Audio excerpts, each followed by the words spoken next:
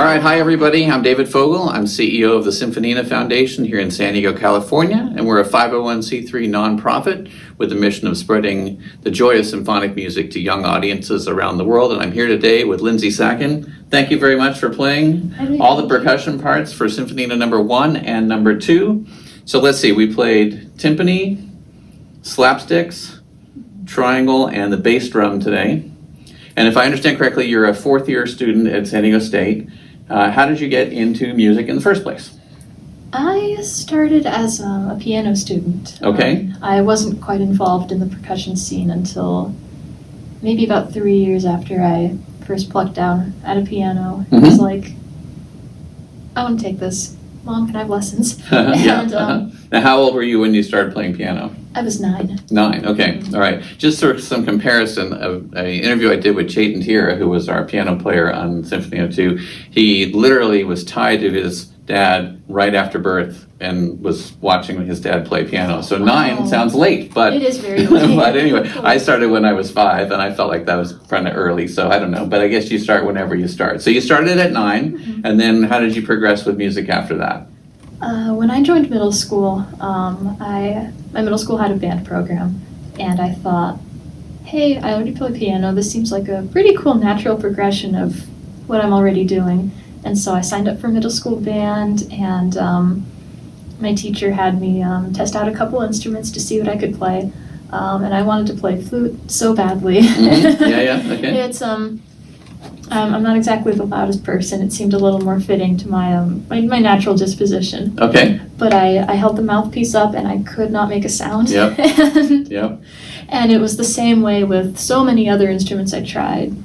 Clarinet, saxophone, French horn, trumpet, nothing. And finally my band director pulled me into the closet and had me tap along to a metronome.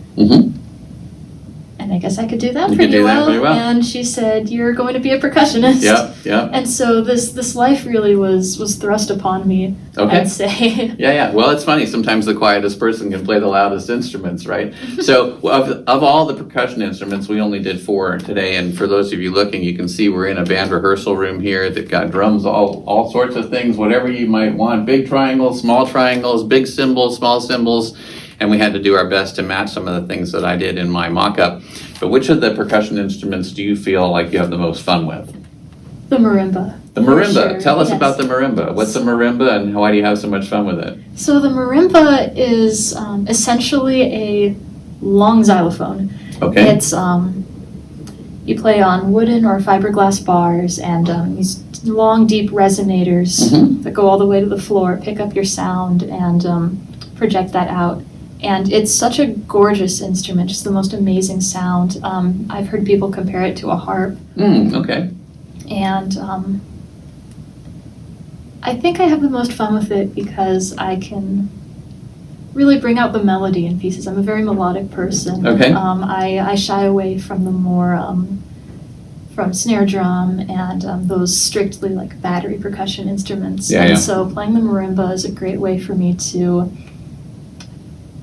really stick to my piano roots, I'd say. It reminds me of my first piano lessons. The keyboard layout is the same. I just have a fewer fingers, I guess, for the marimba. Okay. Do you still play piano? Every now and then. Every now and then? I'm in a piano class regularly. Okay. Now back to percussion. So which of the percussion instruments do you find most challenging? Challenging? The snare drum. The snare drum. And why is that? Hands You'd down. think it would be like you just hit the thing and makes noise. Why is it challenging for you? It's with like a lot of percussion instruments, the snare drum is very nuanced. There are a lot of ways that you can tune it. If you play on different spots on the head, you're going to sound differently. The drumstick you use affects the sound as well. I think it's the most challenging for me because it's just not my favorite. Okay. So when I approach the snare drum, it's less of a, hey, I'm really excited to play this piece, and more of a, okay, I guess I'll get this over with. Get it over with. Okay, all right. So it might be a little harsh for you as I'm hearing as far as like in an orchestra. Oh, yes, very much that. Yeah. Although a lot of music for movies these days really emphasizes the snare drum sound. At least in my mind it does. I don't know about you guys, but it does in my mind. A lot of really rhythmic snare. But that's great. Okay, so what advice would you give for students who are interested in getting into percussion in general? Is there things that they can do to make their life easier? Sing it strong, even when it's wrong. So- Don't be afraid to make mistakes. Mhm. Get out there and play confidently, and if it's wrong the first time, so what? You have years and years and years to make things sound right. Yep, and if you're in a rehearsal studio, it really, that's time is money, which it wasn't today. We were very graciously given the rehearsal room by San Diego State University Music Department, and thank you to them for doing that, so we could take as much time as we wanted to get it as right as we wanted, and I think it came out great. So thank you again, it was wonderful to meet you, and thank you so much for your help with everything. And for now, David Fogel signing off, so stay tuned for more.